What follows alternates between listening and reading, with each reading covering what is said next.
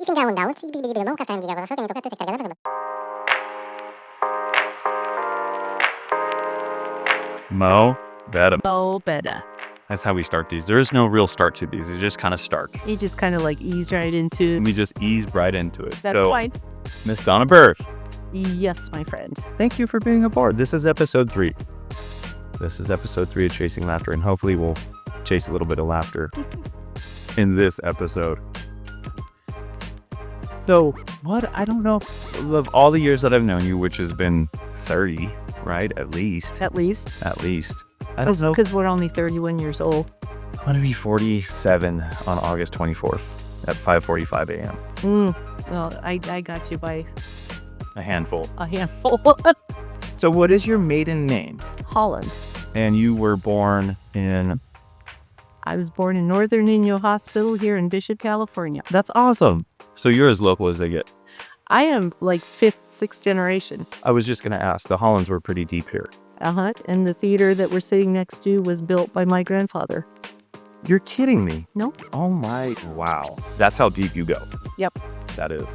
And a grandmother, I think a couple generations before that, was the first baby born to the cavalry soldiers down in Fort Independence. Holy cow.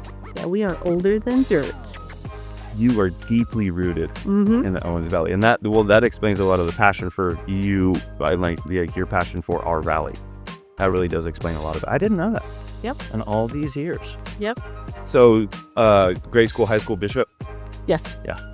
Where was the high school where it is now when you guys were going to school, right? So the high school was there, but my kindergarten class was held in what's the civic auditorium for City Hall.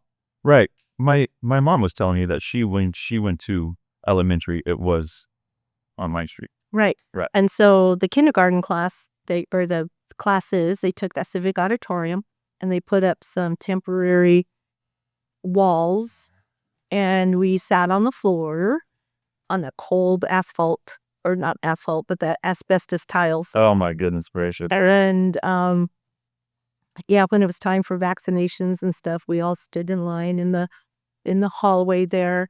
And then where that plaza is, there's where the street and stuff is. Yes.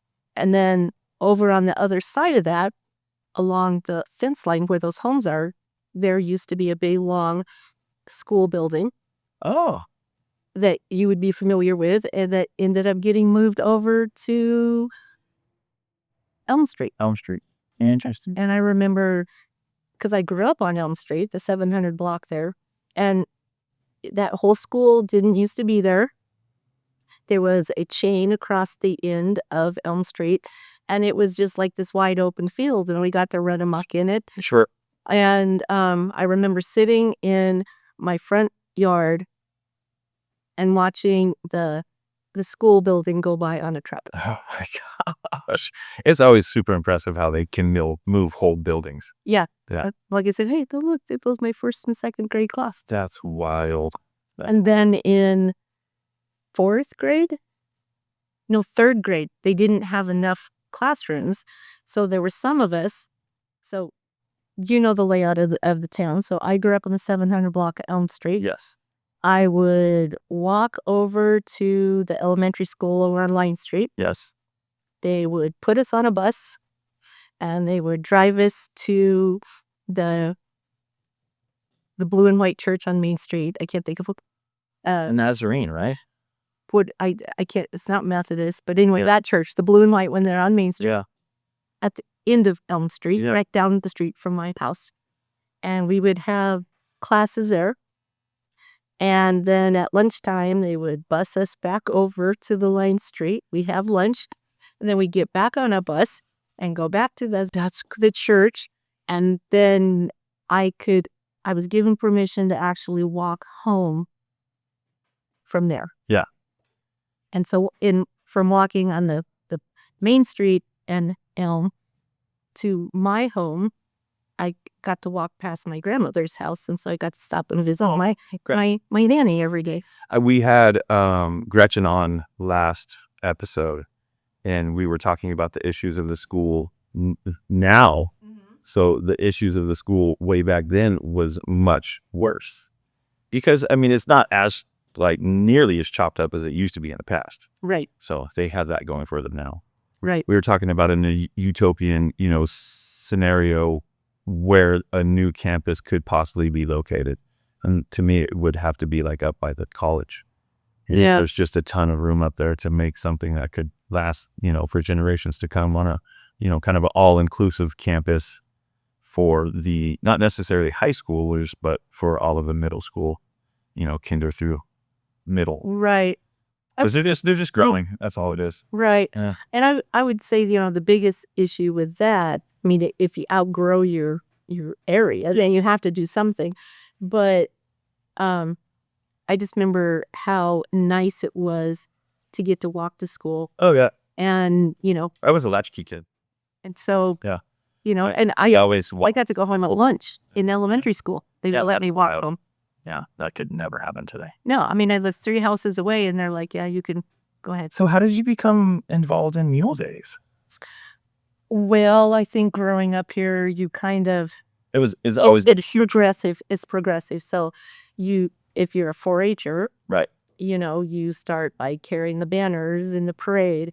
And then you get into middle school, and let's say you're in the band or the drill team, and then you march. Yeah. And then you get out of school, and it just progresses on through there.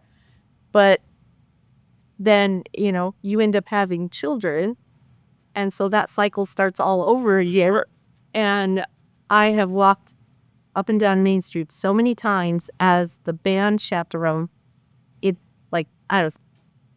I think like 4 Mule Days, I walked with every single of the Bishop bands. So we would walk, and I would go back and walk again, and people on the streets were like, what are you doing? Getting my laps in.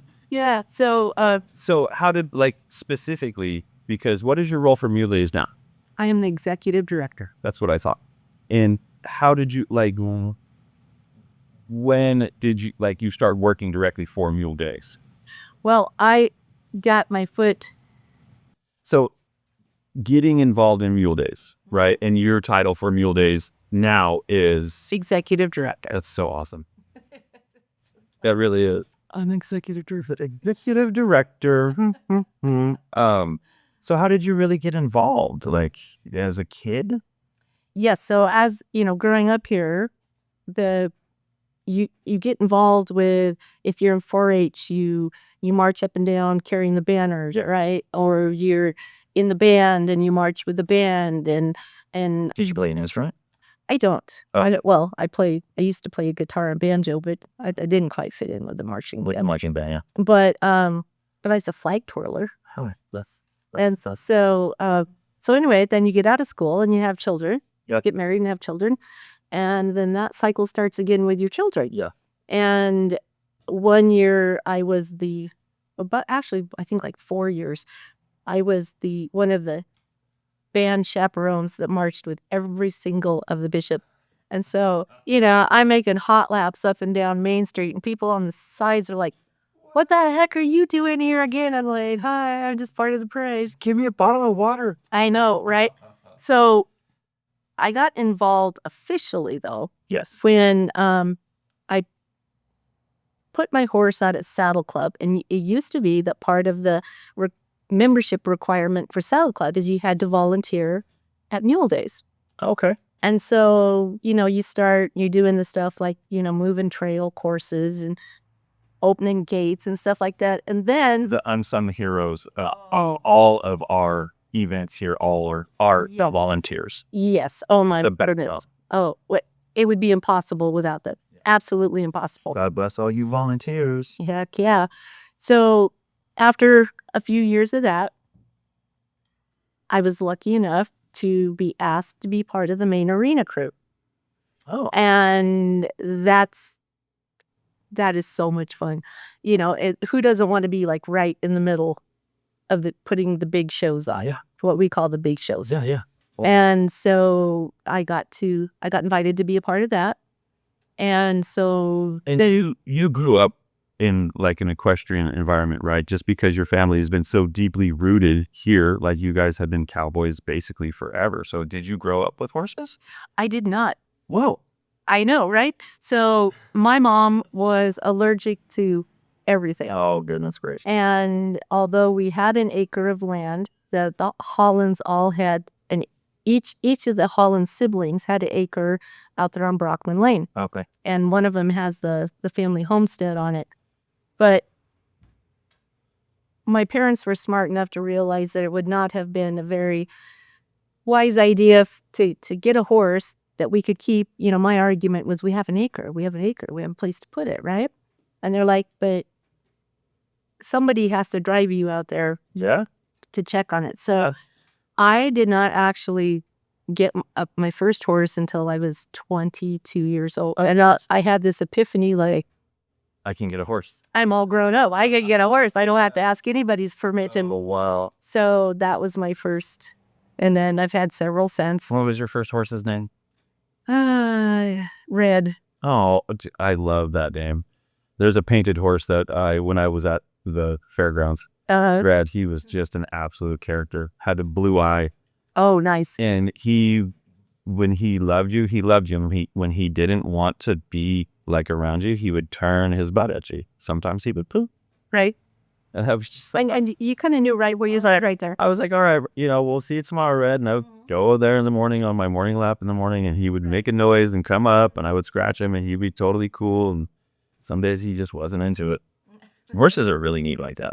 They are. They're big furry companions. And I didn't see him for a number of years, and the lore that I had been told was that they will remember your smell, right? And they're like, you can breathe into your hands, and then you like put your hand out. And I did that, and like he was super standoffish, because he's kind of a, not necessarily a wild horse, but he's a very particular horse, right? And I did that, and he smelled, and like he remembered me, and he's a really neat connection. Nice. Yeah. So mules. Yes. Your first experience with mules. Just working at being a part of Mule Days. Yeah, they're neat. They have a lot of personality. Corey Yeager explained it to me best, that what is the neatest part about Mule Days is like horses, you can train a horse to do just about anything. And they are trained to do that. And they do that because you're making them do that. And this is just what that command, whatever it is. They have intuition, you know what I mean? Right. Like as far as what's going on, communicating like almost wirelessly, let's say, to, when they're in action, like whether they're, herding or they're roping or whatever it might be. But mules they have to want to do it. Yes. And if they don't want to do it, they're not going to do it. So all the shows that are put on by, at Mule Days, every aspect of what they do on horses, they're doing on mules. And the mules have to choose to want to do that. Right. It's just that much neater for me. Well, and one of the things that they say too, you always hear, stubborn as a mule. Yes. A mule will not participate in anything where it does not feel safe. Right. Right. And that's why they're better on trails. Right. Where a horse might allow you to put it in a dangerous situation. Yes. Which, then you're bad, right? But a mule is going to tell you to go pound sand and going to not only save his fanny, but your fanny too. So the actual Mule Days parade, was it 1970 was the first one? Mm-hmm. Who was the Grand Marshal? That's a very good question. When did Ronnie come to become Grand Marshal? That was right in the beginning, wasn't it? It was. I remember, because I remember being pretty young and seeing and I was probably carrying a banner, a 4-H banner down the road, because I remember looking up and seeing the men up on top of the rooftops. Yeah. And I'll look that up. We'll figure that out. Yeah. I've got a picture of Ronald Reagan riding. He looked quite handsome. I mean, he is a very dapper individual. Yeah. For gosh darn sure. A fancy saddle in his. I don't think you can get as far in the political game unless you are, a fairly easy to look at person. Right. Right. Right. He's easy to look at. Yeah. Yeah. But yeah, you it's a cool picture. The significance, the original significance of Mule Days, why it got created was just kind of show, because we were full of pack outfitters, right? So that was kind of like a competition, right? For them, they can come down and like strut why they're mule, right? Is that what the origins of it was? Kind of. There's another part to it though that's even more important and it shows how forward thinking those forefathers of Mule Days were. Do we know their names? Oh, we had Sam Dean, we had I will get better at interviews because I should know their names. well, and this is something that, I should know, but you get caught up in what's happening today. Yeah. But so the purpose was twofold. So Mule Days happens right before the pack teams are going to scatter off into the backcountry for their season of work, right? Okay. And so that's why it's held on that weekend and to honor Memorial Day. Sure. But it was a friendly competition, for bragging rights. Mm-hmm. So it started out as a 1-day competition. 1 day. And you want to guess how much it cost to rent the fairgrounds for 1 day back then? 2 bits. I don't know. I think that's 25 cents. I'm just kidding. $27. Little bit more than that. Okay. So Bobby Tanner had I don't know what the original contract, and the first Mule Days cost $45. Well, And so then the other purpose of Mule Days is that was historically a slow time for tourism. right. And so if you're a business owner, Yes. Tourist-based economy always been. tourist-based economy, Yeah. and especially your businesses are tourism-based. Yeah. For the most part. For the most part. They have government contracts and they do a lot of construction work and stuff like that. But, you start promoting it and to build tourism. Yeah. And so, 1970. yeah, so, it went from a very low occupancy rate in the hotels to currently, according to the facts that Tani can pull up with her magic applications and everything, historically now on the Saturday of Mule Days, which we have the parade and the 2 shows, hotel occupancy in the area is 94.2%. That's huge for us. That's huge. And so that's not only 94.2% of the hotel rooms, that's also, add on top of that, the campgrounds. Yeah. And- All of that. And you're going to go out to eat. Right. And you're going to buy gas. Yep. And you're going to shop at the local stores. Yep. And so My store. the financial impact of Mule Days as an event is huge. Massive. Yeah. Massive. And I think it's still currently the longest non-motorized parade in the United States. Yes. That has been something that it's been for a long time. Mm-hmm. Yeah. That's definitely, Yeah. that's wild. So, I recently discovered a pretty cool thing back in in fact, the first place I saw it, I think, was the 1977 Collector magazine. And so even back then we had very simple magazines, nothing like the beautiful glossy things that Jen Rozier creates today. But in the front page, there's a proclamation by the mayor of the city of Bishop proclaiming the week of Memorial Day as officially Mule Days week. Oh, I love that. So That is it. So I mean, it's been here again since 1970, which kind of is strange to me because I was born in 78. So it had only been going on 8 consecutive years when I was born. It was still fairly new. right. And even when I started to remember attending, like 5, 6 years old, it was still fairly new, Right. right? Like 82, 83, 84. That was still fairly new. And it's been going ever since. Huell Hauser came to Mule Days. Mm-hmm. That's part of my passion of doing this is Huell Hauser from California. California's gold. Yeah. I love that dude. The longest non-motorized parade, the growth. There was like a heyday in like the 90s where, I mean, there was like 20,000 people coming to attend.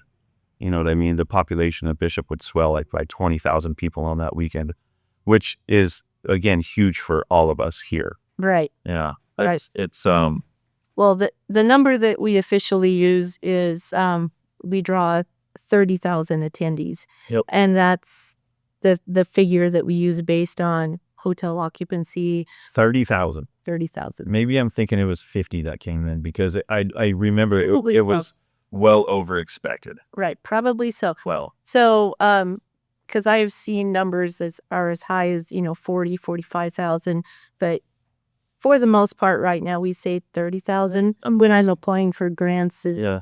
putting out information. And its town just swells. It's really pretty neat to see. Oh, it is. It gets bananas down here. And there was a time during my 20s where I would just leave. It would just, because it was so nutty, This was all pre-social media. People were just coming here like without anybody posting about it. Right. Yeah. Families, word of mouth. We have families that have been coming now for multiple generations. Yeah. And, we have grandparents that are now bringing their grandkids to compete. And it's, I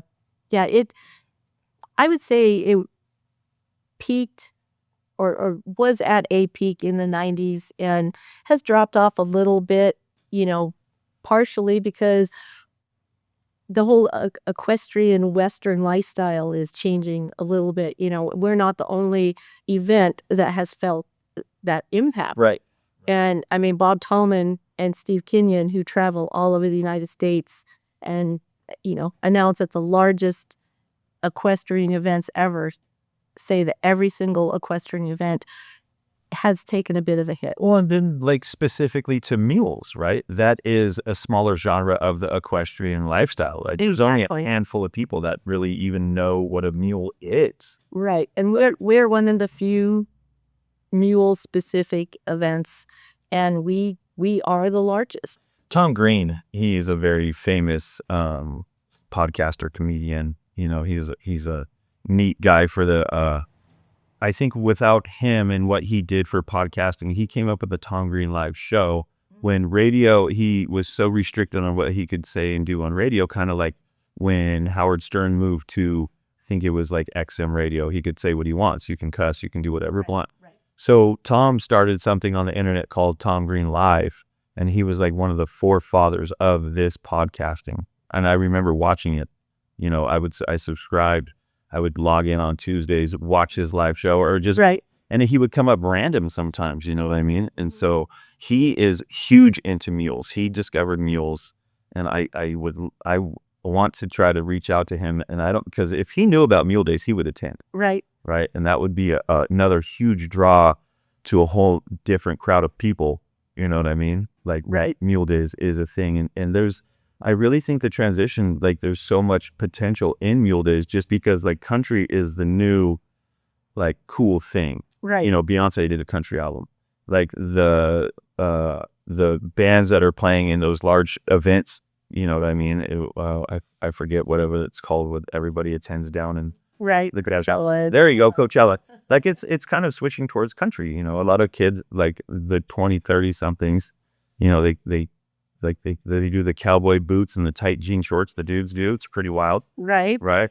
But like, if like those, if those people, if we were able to, let like that generation of people know, it would continue to swell and grow. Yes, I couldn't agree with you more, because one thing we hear a lot is, I'm here at Mule Days. It's been on my bucket list. Yeah. All right. So that's wonderful. That's fantastic. You're here, but you got to keep finding new buckets. Right. I mean, you hope that they have such a wonderful time when they're here, right, that they'll come back year after year after year. But we need to reach a whole new generation of people. For sure. And get the people who do the social media and everything. So you'll get a kick out of this. So I had somebody come in the office the other day, and it's like, do you have a TikTok account? And I'm like, well, not me personally, I'm no. And they're like, Jelly Roll. Oh, has mules. Yeah. And donkeys And, I'm going to reach out to Jelly Roll. There's so many individuals like that can, come in and shed light on this wonderful event. Right. So it was funny. So I'm like, okay. Well, like concerts, right? Yeah. Like concerts, I know that with this, kind of being a reset year, right? The new sponsor, like all of those large things that we will talk about are happening. But, we have such a beautiful venue, like right there in the arena, the Sierras, you know what I mean? And I just see the potential for large bands, large groups, large artists coming to perform here. Well, and along that line, Mike, the interim CEO at the fairgrounds, And he's just interim, right? He's doing his best. Oh, he's awesome. Well, I know that there was a post Amazing. I seen online about, I missed the cowboy concerts aren't happening. And it's like, he's location, he's doing his best. There's a reason. I'm sure there is. There's a reason. And so he is amazing. Yeah. He's been just a godsend to work with, has very open to the community and everything. But, we've had conversations about, okay, going forward for the benefit of Mule Days and the fairgrounds, let's join some forces and, maybe have some joint events and things like that. So, we haven't had time to, really sit down and figure out that in the future, but the interest is there from both sides to work together and maybe have some things like that. Yeah. I think it's just huge. It can be massive. So what is your favorite event in Mule Days? Chariot races. Yes. I love the chariots. Yeah. I got to be careful when I'm in the arena with them so I don't get run over. Yeah. But you got to be a little bit off to race a chariot around because we've expanded the chariot competitions. You can do the straightaway races. Yeah. And we do barrel racing. And we do chariot pole bending. Yeah. Crazy stuff. They're fun. So one of the drivers. Do they do actual racing just out of the gate, that old gate out there? We do not use the gate. Okay. That is defunct. Oh, okay. That went away with the parimutuel racing. Oh. And so, but one of our drivers, and he's a very serious driver too. It has beautiful wagons and carts, but he has this amazing chariot, and his costume is a black T-shirt. His wife sewed this gold lame cape on it, and he has the big Roman helmet. And so when he's raced around, the cape is flowing. Yes, it's great. Yeah. And then last year, one of our chariot drivers had a fake butt sewn on the back of his pants. That's pretty funny. Yeah. What is it called when they sit on they're on their mule and they have to they kind of have to hold a position, right? And then they go along a course and it's I used to set up for it. It's in the smaller arenas. That would be a trail pattern. A trail pattern? Yeah. Yeah. It's all kinds of different trail patterns. But it's just... There's so many different things. There's so many different things. There's coon jumping. There's, English. There's dressage. Right. There's... What's the difference between English and dressage? Completely different. So English... You have to wear a certain outfit? Which one is that? Well, English has a different set of a uniform, okay, than Western events. Okay. But English does include flat classes, which it has all the gaits, the walking, trotting, loping. But dressage, you have your ring, and there's very specific points set up. Yes. And you have to do certain things, very specific things between point A and point B, and you're judged on your body position. That's the one I'm talking about. Yeah, that's a dressage. Dressage. That one to me is fascinating. It's such an amazing illustration of teamwork between the animal and the Right. rider. And the communication, that wireless communication that goes between animal and rider, because you're not really allowed to move very much. Your horse, your mule, I mean, kind of does it for you, which is just bananas. Right. But you ask, but some of the other things, I mean, we have the beautiful, very serious competitions. We have, we have the roping and the steer stopping and we don't have team pinning, but ranch classes, which are on the rise as far as popularity amongst the equestrian world. Sure. The driving, the coaches, and the... Is that when they're cutting out the cows, is the driving? No, the driving is like the wagons. Oh, sure. Okay. So, but, there's just everything. Everything. And then we have those goofy, what we call the fun events. And so in addition to being the executive director, everybody wears multiple hats, Yeah. And so I am the fun chairman. Oh, cool.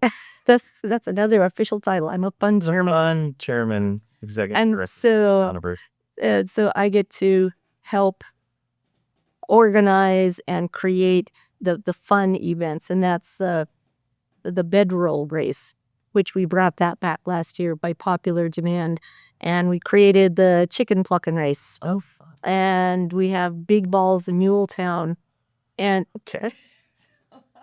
so the big balls they're big equestrian exercise balls. Yes. So they're like big beach balls, right? Sure. Yeah. But they have, we were nice enough to sew handles on them. But so we lob them into the arena down at, it would be the east end. And there's what we call the jungle start. Everybody's just lined up. Bell goes off. You run down. You either can get off your mule and grab a ball, or you could, if you're good enough, you can scoop it up. And then you have to run back with it. So you got this ball bouncing around, and mules are like, "What the hell?" Oh, yeah. And you get down there, and people are pushing, to get, because there's always enough for everybody, but everybody goes towards one. The type of people that get attracted, you know what I mean? The mule skinners is a skinner, right? If you're into mules, you're a mule skinner. Yeah. I like walking up and down Main Street because my business is on Main Street, and just, attending for so many of the years. It's just the greatest people. You know what I mean? They're very low key, very, very kind. Yeah. Very kind. In fact, we talk with, obviously we deal very closely with law enforcement, Of course. because we have to have security, and they say that, although we're the biggest singular event, they have the least amount of Problems. Yeah, I can imagine. I mean, they're just mule folk. Yeah. They're just good old. I mean, there was a couple years when I was working there during Mule Days, and like this guy was from Europe somewhere. And like, I believe that same year I talked to like several different people from Australia who came over for Mule Days. Yes, because they do have mules in Australia. Right. Not many, but the population is increasing over there. But usually we have a fair amount of visitors from Australia, Canada. This year we have reservations from Switzerland Oh, wow. and Japan. Oh, wow. And I could see how that's really neat. so, yeah, I'm worldwide. And so we do live stream it What? worldwide. So we do live stream it. And so we can see where we're being viewed. And we are viewed internationally as well as all across the United States, of course. So it's pretty fun to see. Those people watching, they need to get to it. Come to a gosh darn Mule Day. So you do have a new sponsor this year. Yes, we are very excited to be able to announce that, like I told you when we were talking earlier, you leave your front door open, good things happen. Yeah. Beautiful sunny day. I left the front door open to get the fresh air, and representatives from Anheuser-Busch walked in the door. That's massive. And so we are proud to say that we are now that Busch Light is the official beer sponsor of Bishop Mule Days. Wow. That's awesome. Yeah, it's huge. That's It's huge. And such nice people. Oh my gosh, I had so much fun. Like So they came in and said, hey, would you maybe be interested? And it's like, oh my God, yeah. And so they came back a couple days later and we took a tour of the fairgrounds, and they just repeatedly said that, you know, what you stand for is exactly what we want to represent. Yes. And so they've come in with a generous sponsorship this year, and with hopes of it growing every year. And they've already, and keep your fingers crossed, everybody, because it would be huge. They've already put in an application for the Clydesdales. I was going to ask you. That's exactly what I was going to ask you. Yeah, because when they were in my office, I showed them the picture. We have a large, very large framed picture. And in one year in the parade, there were the Budweiser Clydesdales, the Young Living, at the time, Young Living Percherons, and the 20 Mule team. Oh, wow. And you can tell it's The all the Percherons same are the year. black one, right? Yes. Yes. Beautiful. Yes. Beautiful horses. Yes, I remember they've been here in the recent past because I remember them when I worked there. They have not come in the last, so they were here for the 50th. And they've not been here since 2019. Okay. Because the Young Living no longer sponsors them, and that was just a tragedy. Yeah. They're just beautiful. I was lucky enough to get to ride on wagon. Oh my goodness gracious. So exciting. Have you been on the 20 Mule Team wagon? I have. In it? Yep. Is it just like a moving earthquake? Yes. You can feel the impact. It's just so large. Yeah. Yeah. That's pretty gosh darn neat. So, like I said, fingers crossed, they've got us back on the radar for that. And there has to be massive benefits being associated once again with such a large sponsor. oh, yes. So, the first thing they did when they sent the contract over, I'm like, okay, I can do every single one of these right now. Here's our logo. Our logo's going to be out on all their advertising. Yes. And so that in and of itself is huge. Huge. And so they're also working on bringing an energy drink on as a sponsor too. So, when that happens, I believe I have great faith it'll happen. So that'll be huge too. That's amazing. Has there been any other sponsors that have came through that is new, maybe surprising? Well, I tell you what, every day I can keep that door open, I'm keeping that door open because good things walk through an open door. So there's a new credit union here in town. There is. It's called Desert Valleys Where is Credit Union. It's over on Line Street where the I'm not quite sure what the old credit union was called. Wasn't this one right over here? Yeah. Alta One. There used to be Alta One a long time ago before they moved to the big spot, right? Right, but That building. But right next to the glass shop. Mm-hmm. So anyway, this Desert Valleys is from Ridgecrest. They acquired this credit union, and there was money to disperse to the community. And so they walked in with a very generous check to us, and they also made a very generous donation to the C5 studios. And so, the beginning of a beautiful relationship was born. Right. And the other advantage is, well, right now their brick and mortar is under complete renovation. Okay. So they have a mobile unit. Oh, wow. So yeah, it's a mobile branch. And right now it is parked by the fair office. Okay. And so the gentleman's name is Eric. He goes, where would be a good place to park my mobile unit? Yeah. It's going to be for like 3-4 months. Yeah. And so, I looked at my parking lot and went, no, I wouldn't mind you being there, but let's introduce you to Mike at the fair, and let's start a relationship there. Yeah. And so for the next however many months, their mobile bank is going to be located inside the fairgrounds by the fair office. Interesting. And they will remain there for Mule Days, and they will come and go for different events. So, but because there hasn't been ATMs on the ground there for a couple years now. Oh, wow. And that's a big thing. Do they have an ATM in the mobile? Yeah. What? Yeah. So it's a big Freightliner RV, and there's a teller window, and an ATM window. So the Anheuser-Busch and the Busch Light thing, right? That I think tying back into the, just a little bit ago when we were talking about engaging the 20 and 30 somethings, I think that engaging those, the rural aspect, the country aspect that the 20 somethings are gearing towards, and Anheuser-Busch, right? That's Right. going to be engaging in itself right there. Right. Well, and it just, like I said, just for them to show up. And so the distributors here, they also have a distributorship in Catalina Island, and they're very community oriented. And so they brought this to Mule Days. But the other thing, to as far as the entire community benefiting, so Friends of the Fair is the sole alcohol concessionaire on the fairgrounds. Correct. So any alcohol that's sold has to go through them or have their approval.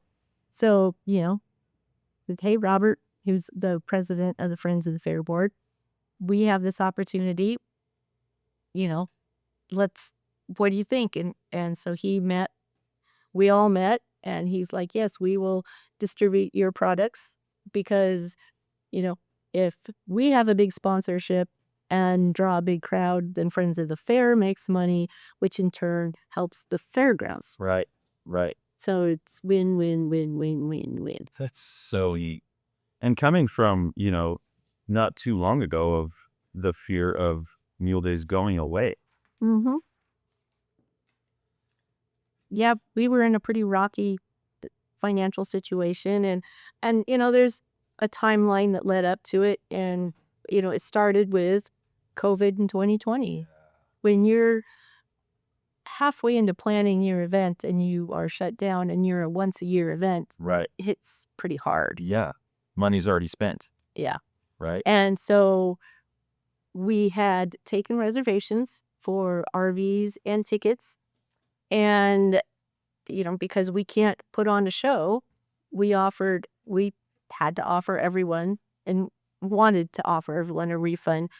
And a fair amount of our clientele said, keep the money, pay it forward to next year. Okay. And that's how we kept our doors open. Sure. And we did have reserves because we'd been plugging along pretty good. But when you have to go basically 2 years on 50% of what you would make in 1 year, your reserves go away. Yeah. And so 21 comes along, and we're like, okay, we've got money from 2020, but then came the social distancing. I was just going to say all of that, the fear that was involved. You know what I mean? The fear. So ticket sales can't be there. We all have to be 6 feet apart. How many people are going to be on the Main Street for this parade? Like all of that. Well, yeah. And we couldn't, it's just like, we can't. I mean, there was people who gave us suggestions, come and tape boxes on Main Street so your family can stand within that, and even in the grandstands. Yeah. We had to socially distance people in the grandstands, so we basically really couldn't sell. You're supposed to pack the grandstands, right? Not every 6 feet there's a person. Right. Yeah. And so one of the other requirements was we had to spray the grandstands after every show with antiseptic. Right. Yeah. And so we had to buy a big pressure washer. Yeah.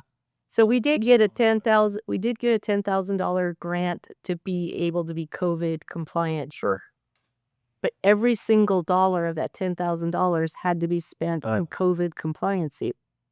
So the bounce back year when everything kind of was back to normal was 2023. Yeah. That's when, because even 22 people were still struggling financially, and and still a little bit of fear. Yeah.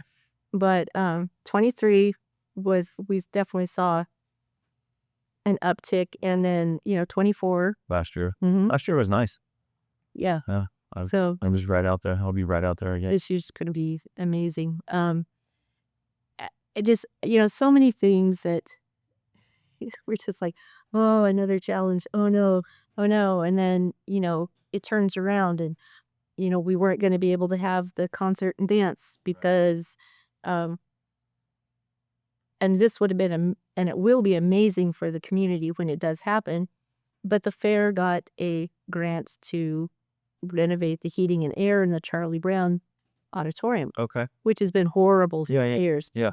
Well, as it turned out, it was supposedly supposed to happen during Mule Day, so that building wasn't at for our use. So we were like, okay, well, if we're creative. Where can we have a concert? Where can we have a dance off-site?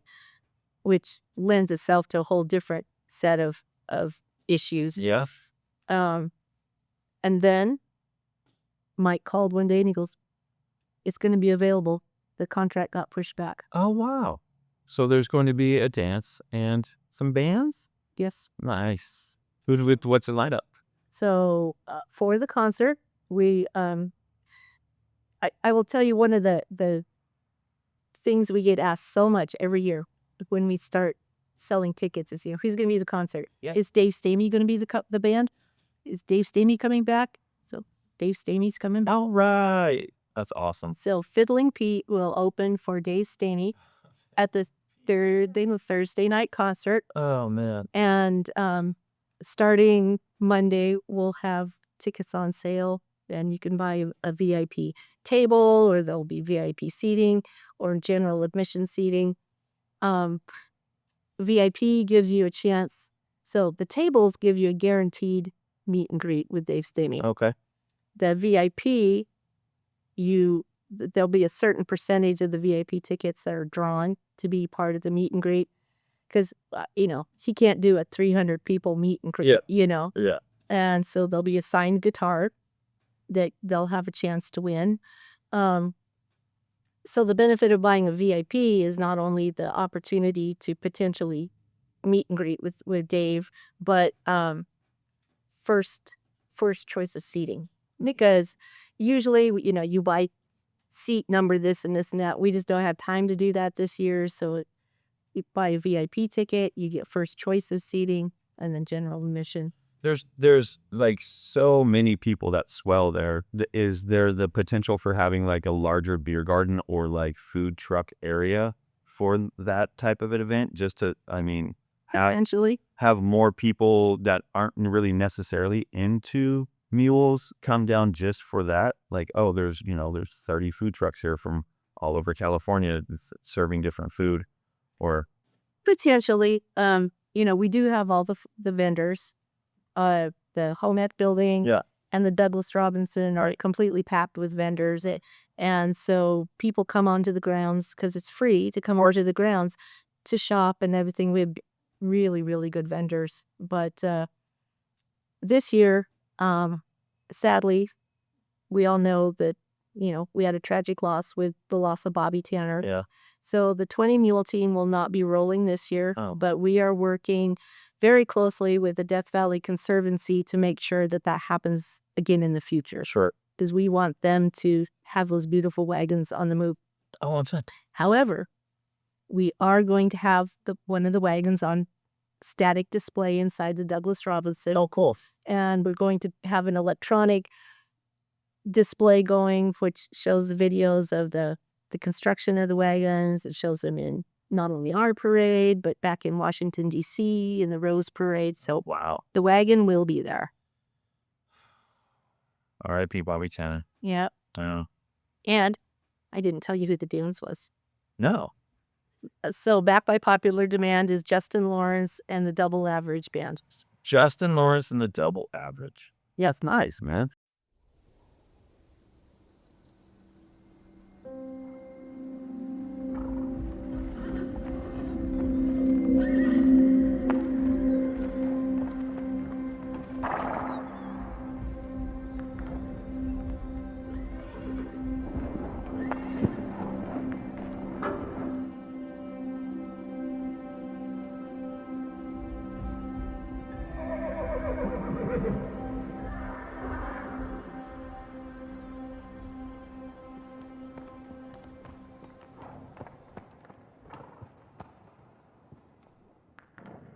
Pancho Villa crossed the border in the year of odd 16.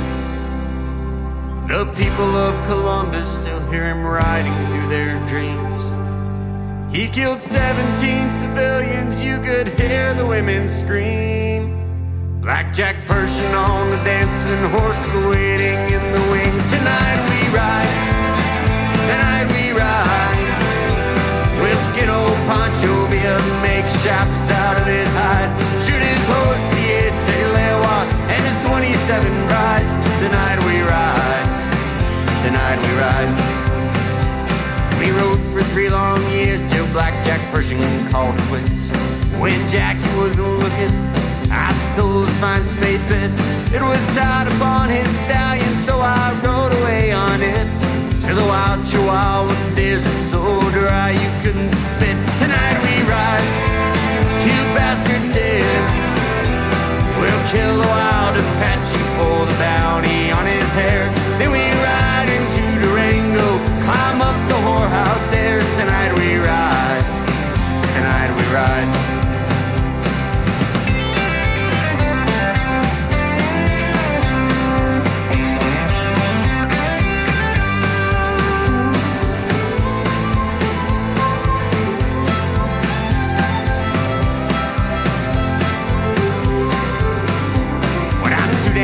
To sit a horse, I'll steal the warden's car, break my ass out of this prison, leave my teeth there in a jar. You don't need no teeth for kissing gals or smoking cheap cigars.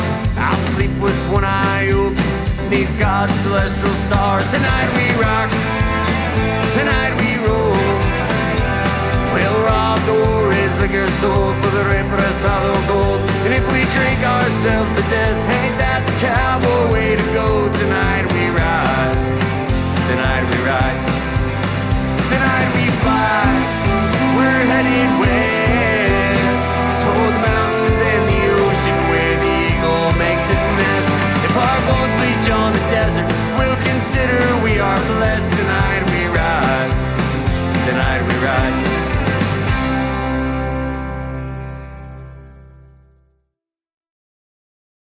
Tonight We Ride by Justin Lawrence. So Justin Lawrence is going to be the dance, which is on Thursday? Saturday. Goodness sakes, Thursday. So what day does Mule Days technically start? So people start arriving on Sunday. Right. The first competition starts on Tuesday. Oh, wow. So Tuesday and Wednesday and Thursday, there's classes and competitions going on all arenas. Yeah. All day long. And then Thursday night is the concert. Yes. Friday, there's more competitive action happening through the day. Friday night at 7, that's when we kick off our first big show, first big ticketed show. And then Saturday is just a day of complete insanity because we have the parade. Yes. And then we have a 1 o'clock show, and we have a 7 o'clock show, and then we have the dance. And then the dance. And then Sunday, we have Cowboy Church in the morning. And then now we've moved. We used to have 2 Sunday shows, and that by then everybody was just dead on their feet. So we combined the 2 shows on Sunday to 4 o'clock, and that is our Veterans Salute. Oh, neat. And as far as interactive things like the crowd get into, is there interactive events in Mule Days? So one of our big things is the I Want to Be a Packer program, and that's for the kids. And so they can go, there's different activities at all different days and everything. We have the mule drill team, which are the little stick mules. They can pan for gold. They can fish. We fill up the fish pond. We have the fishing contest. Yeah. Rope tying, knot tying. We bring in a big log, and they can do the big lumberjack saw. And so there's all kinds of things. That I Want to Be a Packer is really popular. And that's geared more towards the children? Yes. Can you do it if you're like a dude my age? You might look a little silly. I don't care if I look still neat. But what it does is it encourages the parents to take their kids around and everything. Right. And then, so the other part of the I Want to Be a Packer is the outreach to the public. So this last week, the kids from the youth Packers and also in conjunction with the backcountry horsemen, we took 2 mules to the elementary school and did the kids did a live demonstration to the 3rd grade classes. Epic. That would 100%, if I was in 3rd grade, I'd be like, we have to go to Mule Days. Well, what was so cool is that Mariah, who led the event, her first question to the kids was, how many of you, by show of hands, have gone to Mule Days? And almost every single kid raised their hands. Yeah. And that, makes my heart happy. Yeah. But partly that's because of Thursday morning, we put on the school day event for the kids. Sure. And we do it on Thursday morning because that's Gymkhana Day. So that includes barrel racing, pole bending. And so kids run those programs or those classes too. And so we invite all the kids from all the schools. They come down from Mammoth, they come up from Lone Pine, Big Pine, everywhere. Yeah. And we fill those grandstands with kids. The clown does their act, our entertainment act gives them a little taste of everything. Oh, man. Of course, Bob Tallman gets the kids going, and Chuck Lopman plays the music so they can do the wave, and we get their teachers down there doing silly things on stick horses. Yeah, that's huge, right? And so the kids go to that, but so that was fun seeing how many of the kids have attended. But this year we're doing a big school outreach program. I want Mule Days to be in every single elementary school classroom, whether it's an activity packet, coloring contest. Just the pure history of it. Yeah. Right. And so the significance of mules in the foundation of America. Right. Right. Like through all of the wars, they're still using mules. Yes. It's huge for, what America stands for has been basically on the back of a mule. Yes. Yeah, it has. So it's important to keep that out there. And I'm lucky enough now, we have a very nice lady who's a retired teacher. And she came in and said, what can I do to help? And I said, how about you be in charge of the school? And so she already, within the course of a couple weeks, she already arranged that a demonstration, and we've been invited back for next year. So just some really fun, I think, regeneration, renewal of enthusiasm. It really is, it really is. And like, if you could think of anything to expand and draw more, get Mule Days known, what do you think could be like new attractions and or partnerships to make that possible? Well, obviously partnerships as far as sponsorships would be huge. Well, the social media thing, right? If you put things out on social media, Anheuser-Busch could in turn share those things. To do. They will. They will. They will. Massive. My goodness. I was just on the phone the other day with Steve Kenyon, and, he has his program on the Cowboy Channel, and he's like, what can I do to help? And I said, advertise. Oh my! So this is such great news. Yeah, it's been. I can see the sparkle in your eye. Oh, it's just like, the last few years have been so hard. I was with you on some of those, and I know the stress involved. Yeah, right. I know the scarcity, and now it looks to be turning to abundance, which just is so welcoming. Yeah, and things build. When bad stuff is happening, that builds, and when good things are happening, that builds. But in my conversation with Steve 2 days ago, he's like, let's set up an interview and we'll interview you on the Cowboy Channel. Yeah. So great. But he had an amazing idea. I love this idea. So, part of it is the interaction with the crowd. His job is interaction with the crowd and the contestants, right? For sure. So he said, let's put together like a 5-question survey and shoot it out to the contestants. What's your favorite memory of Mule Days? When did you start coming? 5 easy things. And he said he does this at other events. Shoot it out there, have the answers, go right back to him, And that way, when he's down in the arena, and let's say, James Trules comes out on, to compete in this, and he can say, oh, James, your first year attending Mule Days was this and this, right? And it makes it more personable. I'm willing to bet that I have the picture of attending my first Mule Days in my phone. And I'm 99% sure I look like a baby in this picture. I could have been, it was probably I was born in August, so it would be 1979, Right. right? Because I was born in August of 78. I'll show you, and I'll get this picture to you too, Jimmy. It just came up recently, with going through some old photo albums Right. and whatnot. But I showed it to my mom. She's like, yeah, that's 1979. That's Mule Days is what we were doing there. That's so funny. It's me. It's Cheryl Johnston, my Uncle Steve. Well, I'll have to get permission from him because he is shirtless. Oh, no. You're a skate. Oh, he was, because he would have been right around, 19, 20, 21 years old right in there. And he's a good looking man. And he's working out. He could be shirtless if he wants to. My Grammy is in that photo. Oh. So it was pretty neat. Yeah, so that's all those things. All of those beautiful. Is there anything going on as far as sponsorship wise in the near future that maybe listeners can attend? Fun stuff. We need to stay out in front of the community much more than we have been in the past. For sure. For sure. And we're a big party for a week, and then we kind of go quiet. And then we, big party.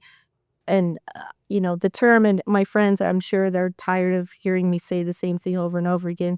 But I think that we've become invisible in plain sight. I couldn't agree more. Bishop is invisible in plain sight. Yeah. Unfortunately, it's such an amazing little town that just, people drive through. Right. And because this is our 55th year, everybody's, not everybody, but it's kind of I think a common thing that I'm seeing more and more is like, well, it's always been here and it always will be here. Well, it takes, nothing can flourish unless you feed it and help it grow. Absolutely. So is the belt buckle design landed? Oh, yeah. Is there like a release date on that? Are they viewable now? Muledays.org, www.muledays.org. You can purchase one. We'll get that up. And so I really like the buckle, the bronze buckle this year. I love them. So I've collected them for a long time. So this year it's a running figure holding a flag, and it's kind of cool because the image is taken from a photo of one of our favorite contestants, Bryce Hathaway. And so he used to have the mule White Trash, who sadly we lost White Trash this year due to old age. Oh, well. But his new up-and-coming white mule is called Cracker. So it's Bryce and Cracker. Bryce and Cracker coming in. Yeah. And even though it looks like Mule Days is just going to be expanding and getting better, we're just going to be sticking to the tradition of Mule Days throughout, right? Absolutely. Absolutely. You have your core beliefs and your core, even if larger concerts come, even if, dude wagons come, it's still going to be the brass tacks. Yep. Mules. So, our heart and soul is to promote and preserve the legacy of the mules that have built America. Yeah. Protect our Western lifestyle, right, and promote that, and family values. Things evolve because that's how life is. But I think going forward, we have to be very aware of how we grow, because we started as a one-day event for $45, right, and we grew into this behemoth of a machine with so many massive cogs. And when I became the director 3 years ago, it dawned on me that Mule Days is its own universe. There's all these little planets. Yeah. And maybe I don't know what happens on that planet, but I shouldn't make a decision over here on this planet without checking with that one because of the ripple effect. Right. But So, but yeah, it's just we need to be careful, economically. But I would like to say thank you to everyone who was very generous with our fundraising campaign. So we put it out there that we would like to raise $100,000. And I'm calling it a win. We're at $94,000. All right. And this is without the revenue from this coming Saturday's event. That is correct. Ooh, baby. That is correct. And, some of that was, so we've had some new income come in. We went to the city and said, look, we need some help. We need some help. We've had some rough years. Yeah. And, is there a way that you can help us? And so there was a grant that they allowed us to apply for, and Dustin is the best. ongoing expenses grant to the tune of $10,000. Yeah. The county has this as part of a line item on the budget. So we receive $7,000 annually from them, and then I get to apply for community grants. And so they just very generously provided another $2,500. Thank goodness. Um, Thank you guys. Thank you guys. Yes, and just the generosity from people across the United States that, we had our QR code, and I can see because I send out the tax donation letters. And so everybody who donated got a tax deduction letter because we are a 501c3 public benefit charity. Sure. So I got to see where all these people from all over the United States and locally. That's such a great way to donate to an amazing event and get a tax write-off. Right. Yeah. Right. So, yeah, we had some very generous people. So thank you to everyone. Thank you for the city for jumping in, and thank you to the county and, the local businesses, and just every mom and pop that, there was $5 donations and $5,000 donations. And so it was very heartwarming. So what is your personal vision for Mule Day's future as of this moment? I would like us to, first and foremost, continue on with what we started to be. And that's, what I just said, promoting the legacy of the mule, promoting the Western lifestyle, helping the Bishop economy. Because not only, it's the hotels, the stores, the grocery stores, but we support over a dozen youth organizations. Obviously we can't do everything ourselves as far as putting things together. So we bring on board Bishop track team, Bishop football team, Bishop baseball team, basketball team, Mammoth football team. A lot of people don't realize who cleaned the grandstands early in the morning. Yep. Right? And when I was there, it was the girls' volleyball. Yep. Like, well, now it's a football. Yeah, the boys, I think the boys came a couple times too. You're right. The track team has come on board with doing the banners and things like that. So over a dozen youth organizations directly are supported by Mule Days to the tune of about $30,000. Oh, wow. Amongst all of them. That is vitally important. It's vitally important that we remain, prosperous so that we can give back to the community, which is what we were founded to do. Yeah. What we were founded to do. So, it's keeping things fresh, because one thing we hear a lot is, well, I went once. Well, it can be said if you've seen one Mule Days, you've seen them all. Right. Yeah. But, I think the more you go or the more involved you are, it gets in your soul. Sure. It'd be hard to do everything. Yeah. Right. In 1 year. Right. And so, and you get to know the people. Yeah. You get to know the people, and look, they're back. And just the interest of the jelly roll subject. You know what I mean? That getting those people to come here would just bring so many more potential people who would fall in love with what mules and Mule Days represent. Right. Yeah. And they would experience, the warmth of the people. Yeah, there's like Bishop is like infamous for the visitors being like, everybody here's so nice. Right. So, it's I want everybody to come and experience that, because that's the spirit of Bishop. Right. I mean, look at where we live. To come here, there's people who come here just because of the amazing scenery. Huge. And there's Mike, our contestants are like, everyone in your town is so nice. Yeah. And, this is where we feel like home when we're not at home. So true. Throughout all of this, oh man, this interview's made me so happy. Good. Bishop Mule Days is not going anywhere. No, we're not. We're coming back strong. We have great acts, fun acts this year. Ryder and Bethany are coming back. Felix Santana, his dancing horse, Majestic Romano. But the spirit of Mule Days that has taken kind of a beating the last few years is coming back full strength. Yeah. That's beautiful. So it's going to, what we say in the office is, we're not in it for this year. We're in it for the next 55 years. Absolutely. 55th year coming up.